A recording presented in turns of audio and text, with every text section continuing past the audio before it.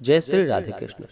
आप सभी का हमारे YouTube चैनल पे बहुत बहुत स्वागत है। आइए सुनते हैं फाल्गुन मास कृष्ण पक्ष संकष्टी गणेश चतुर्थी व्रत की कथा। गणेश चतुर्थी का व्रत जो कि हर माह के कृष्ण पक्ष और शुक्ल पक्ष की चतुर्थी तिथि के दिन गणेश चतुर्थी का व्रत किया जाता है। कृष्ण पक्ष में पड़ने वाली चतुर्थी तिथि को, जिसे कि संकष्टी चतुर्थी, और शुक्ल पक्ष में पड़ने वाली चतुर्थी को विनायक गणेश चतुर्थी के नाम से जाना जाता है। इस दिन भगवान गणेश का पूजन किया जाता है। भगवान गणेश भगवान भोलेनाथ माता पार्वती के पुत्र भगवान गणेश जी को प्रथम पूजनीय का स्थान प्राप्त है। किसी भी प्रकार के शुभ कार्यों में या मांगलिक कार्यों में सबसे पहले भगवान गणेश जी का पूजन किया जाता है। भगवान गणेश सभी प्रकार के दुख और कष्टों को दूर करने वाले हैं। फाल्गुन मास कृष्ण पक्ष संकष्टी चतुर्थी व्रत के दिन, जो कि इस दिन भगवान गणेश के हेरंब नामक गणेश का पूजन किया जाता है। जो भी सच्ची श्रद्धा के साथ इस व्रत को धारण करते हैं, उनके सभी प्रकार के दुख और कष्ट दूर हो जाते हैं, सुख समृद्धि की प्राप्ति होती है और भगवान गणेश सभी कामनाओं को पूर्ण करते हैं। संकष्टी गणेश चतुर्थी व्रत के दिन, इस दिन भगवान गणेश का, जो कि दिन भर उपवास रहते हुए, इस दिन भगवान गणेश का, जो कि सुबह के वक्त और शाम को जबकि चंद्रोदय हो, उस समय भगवान गणेश जी का पूरे विधि विधान के साथ पूजन करना चाहिए।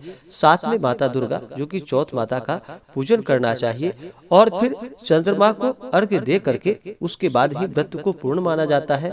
उसके बाद आप भोजन ग्रहण कर सकते हैं। तो आइए पहले सुनते हैं फाल्गुन कृष्ण संकष्टी चतुर्थी व्रत की कथा। इसके बाद जानेंगे शुभ मुहूर्त और चंद्रोदय समय के बारे में। अगर आप व्रत कथा के लिए अन्नदान, वस्त्र दान आदि के लिए ब्राह्मण दक्षिणा देना चाहते हो, तो आप अपने श्रद्धा और सामर्थ्य के अनुसार हमें डिस्क्रिप्शन में जाकर के वहां से गूगल पे, फोन पे या अकाउंट नंबर के माध्यम से आप अपने श्रद्धा और सामर्थ्य के अनुसार हमें ब्राह्मण दक्षिणा प्रदान कर सकते हैं। तो आइए सुनते हैं फाल्गुन कृष्ण संकष्टी गणेश चतुर्थी व्रत की कथा। तो बोलिए प्रेम से भगवान गणेश की जय, भगवान भोलेनाथ की जय, माता पार्वती की जय। माता पार्वती जी ने भगवान गणेश से पूछा कि हे गजानन, फाल्गुन कृष्ण चतुर्थी को गणेश जी की पूजा कैसी करनी चाहिए? इस महीने में किस नाम से पूजन होती है और आहार में क्या ग्रहण करना चाहिए?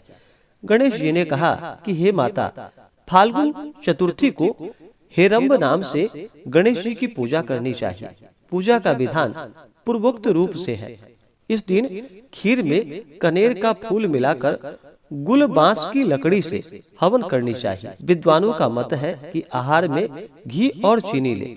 इससे संबंधित एक पूर्व काल इतिहास आपको सुनाता हूँ। जबकि युधिष्ठिर के प्रश्न के उत्तर में जैसे श्री कृष्ण जी ने कहा था, उसे मैं सुनाता हूँ। श्री कृष्ण जी ने कहा, प्राचीन काल में युवनाश्व नामक एक राजा हुआ। वे धर्मात्मा, उदार दाता, देवताओं एवं ब्राह्मणों के पूजक थे। उस राजा के राज्य में विष्णु शर्मा नामक एक तपस्वी ब्राह्मण रहते थे। वे वेद वेत्ता एवं धर्म शास्त्रज्ञ थे। उनके 7 पुत्र हुए, जो सभी धन धान्य से समृद्ध थे, परंतु पारस्परिक कलह के कारण सब अलग अलग होकर रहने लगे। विष्णु शर्मा प्रत्येक पुत्रों के घर में क्रमशः एक एक दिन भोजन करते थे। बहुत दिन बीतने के बाद वे बूढ़े होकर कमजोर हो गए। वृद्ध होने के कारण उनकी सभी बहुएं उनका अनादर करने लगी। वे तिरस्कृत होकर रोते रहते थे। एक समय की बात है कि विष्णु शर्मा गणेश चतुर्थी व्रत रह करके अपनी बड़ी पुत्र वधू के घर गए। उस ब्राह्मण ने कहा कि हे बहुरानी, आज मैं गणेश जी का व्रत हूँ, तुम पूजन सामग्री जुटा दो। गणेश जी प्रसन्न होकर प्रचुर धन देंगे। अपने ससुर की बात सुन बहू कर्कश स्वर में बोली, मुझे घर में कामों से फुर्सत नहीं, फिर इन झमेलों में हमें नहीं पड़ना, मेरे पास समय कहाँ है। हे ससुर जी, आप हमेशा ही कोई न कोई नाटक रचते हैं। आज गणेश जी का बहाना लेकर आप आ पहुँचे हैं। मैं गणेश व्रत नहीं जानती हूँ और न तो गणेश जी को ही जानती हूँ। आप यहाँ से खिसकिए। इस प्रकार बहू की झिड़की सुनकर वह 6 बहुओं के घर, जो कि बारी बारी से गए, परंतु सभी बहुओं ने वैसी ही बात कही। सभी जगहों से अपमानित होकर वह कृषकाय ब्राह्मण बहुत दुखी हुआ।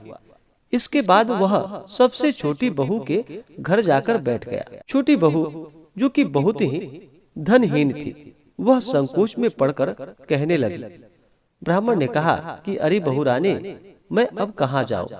6 बहुओं ने फटकार दिया, तुम्हारे यहाँ तो व्रत सामग्री एकत्रित करने का कोई साधन नहीं दिख रहा है। मैं स्वयं बहुत वृद्ध हो गया हूँ। हे कल्याणी बहू, मैं बार बार सोचता हूँ कि इस व्रत से सिद्धि मिलेगी और सभी कष्टों का अंत होगा। अपने ससुर की बात को सुनकर छोटी बहू कहने लगी, आप इतने दुखी क्यों हो रहे हो? आप अपनी इच्छा के अनुसार व्रत कीजिए। मैं भी आपके साथ संकट नाशन व्रत को करूंगी। इससे हमारे दुखों का निवारण होगा। इतना कहकर छोटी बहू घर से बाहर जाकर भिक्षा मांग लाई। अपने और ससुर के लिए अलग अलग लड्डू बनाया। चंदन, फूल, अक्षत, फल, धूप, दीप, नैवेद्य और तांबूल उसने अलग अलग करके ससुर के साथ पूजन किया। पूजन करने के पश्चात उसने ससुर को सम्मान पूर्वक भोजन ग्रहण करवाया। भोजन के अभाव में स्वयं कुछ न खाकर जो कि उसकी निराहार रह गई। हे देवी, अर्धरात्रि के बाद उसके ससुर विष्णु शर्मा को कैदस्त होने लगे, जिससे उसके दोनों पैर पर छींटे पड़ गए। उसने ससुर के पैर धुलवाकर शरीर पोंछे। वह शोक करने लगी कि मुझ हतभागिनी के कारण आपकी ऐसी दशा क्यों हुई? रात को अब मैं कहाँ जाऊं? मुझे आप कोई उपाय बतलाइए। रात भर विलाप करते रहने के कारण अनजाने में उसका जागरण भी हो गया और फिर सुबह हो गई। छोटी बहू क्या देखती है कि उसके घर में हीरा, मोती और मणियों का ढेर पड़ा है, जिससे घर प्रकाशित हो रहा था। अब उसके ससुर का, जो कि कैदस्त भी बंद हो चुका था, आश्चर्य में पड़कर बहू अपने ससुर से पूछने लगी, यह क्या बात है? यह संपत्ति किसकी है? अरे इतना मणि, मूंगा आदि मेरे घर में कहाँ से आए? क्या कोई हम लोगों को चोरी में फंसाने के उद्देश्य से तो घर में नहीं डाल गया? पतोहू की बात सुनकर ब्राह्मण कहने लगा कि हे कल्याणी, यह सब तुम्हारी श्रद्धा का फल है। तुम्हारी भक्ति से गणेश जी ने तुम पर प्रसन्न होकर के और इस व्रत के प्रभाव से गणेश जी ने तुम्हें इतनी संपत्ति प्रदान की है। बहू कहने लगी कि आप धन्य हैं, गणेश जी धन्य हैं। आपकी कृपा से ही गणेश जी प्रसन्न हुए हैं। मेरी दरिद्रता दूर हो गई, घर में अतुल संपत्ति आई और आपकी कृपा से मैं भी धन्य हुई। इस प्रकार वह ससुर से बार बार कहने लगी। अब छोटी बहू के घर में अपार संपत्ति को देखकर अन्य सभी बहुओं के क्रोध की सीमा न रही। उन्होंने कहा कि बूढ़े ने अपने संपूर्ण संचित धन को इसे दे डाला। बहुओं के पारस्परिक कलह को देखकर विष्णु शर्मा डरकर कहने लगे, इसमें मेरा कोई दोष नहीं, केवल इस व्रत के प्रभाव से गणेश जी ने प्रसन्न होकर छोटी बहू को यह सब दिया है। गणेश जी ने कुबेर जैसी संपत्ति प्रदान की है। हे बहुओं, मैंने तुम्हें पहले तुम्हारे घर जाकर, जो कि व्रतानुष्ठान का तुमसे अनुरोध किया था, परंतु तुम लोगों ने मुझे दुत्कार दिया। छोटी बहू ने भिक्षा मांग करके पूजन सामग्री जुटाई। इसके करने से गणेश जी ने प्रसन्न होकर इसे संपत्ति प्रदान की है। गणेश जी कहते हैं कि गिरिराज कुमारी उस ब्राह्मण के 6 पुत्र दरिद्री, रोगी और दुखी हो गए। केवल छोटा पुत्र ही इंद्र के समान भाग्यशाली बन बैठा। वे 6 आपस में होड़ करते हुए फाल्गुन कृष्ण गणेश चतुर्थी व्रत करने लगे और इस व्रत को करने से वे सब भी कर्मशः धनवान बनते गए। इसी प्रकार दूसरे लोग भी जो इस व्रत को करेंगे, उनका घर भी धन और धान्य से भरा पूरा रहेगा। श्री कृष्ण जी कहते हैं कि हे पुरुषोत्तम युधिष्ठिर, गणेश चतुर्थी व्रत के प्रभाव से राज्य की कामना करने वाले को राज्य की प्राप्ति होती है। इसलिए हे राजन, आप भी इस व्रत को शीघ्र ही कीजिए। फलस्वरूप आप कष्टों से छूटकर राज्य का सुख पाएंगे। श्री कृष्ण जी के मुख से इस कथा को सुनकर युधिष्ठिर बहुत प्रसन्न हुए और व्रत करके गणेश जी की कृपा से अखंड राज्य के अधिकारी हुए। इस प्रकार से फाल्गुन मास कृष्ण पक्ष संकष्टी गणेश चतुर्थी व्रत की कथा पूर्ण हुई।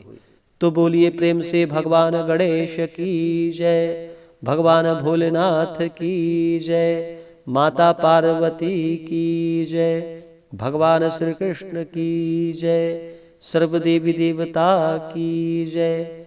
इसी प्रकार से जो भी भक्त सच्ची श्रद्धा के साथ नियम और निष्ठा के साथ फाल्गुन संकष्टी गणेश चतुर्थी का व्रत करते हैं, भगवान गणेश जी की कृपा से उनके सभी दुख और कष्ट दूर हो जाते हैं तथा सुख और समृद्धि की प्राप्ति होती है। आप सब संकष्टी गणेश चतुर्थी व्रत के पूजन विधि के बारे में जानकारियाँ प्राप्त करना चाहते हो तो हमारे चैनल पे शुभ मुहूर्त पूजा विधि के बारे में भी वीडियो अपलोडेड है, आप वहां से जानकारियाँ प्राप्त कर सकते हैं। तो आशा करता हूँ कि यह जानकारी आपको अच्छा लगा हो।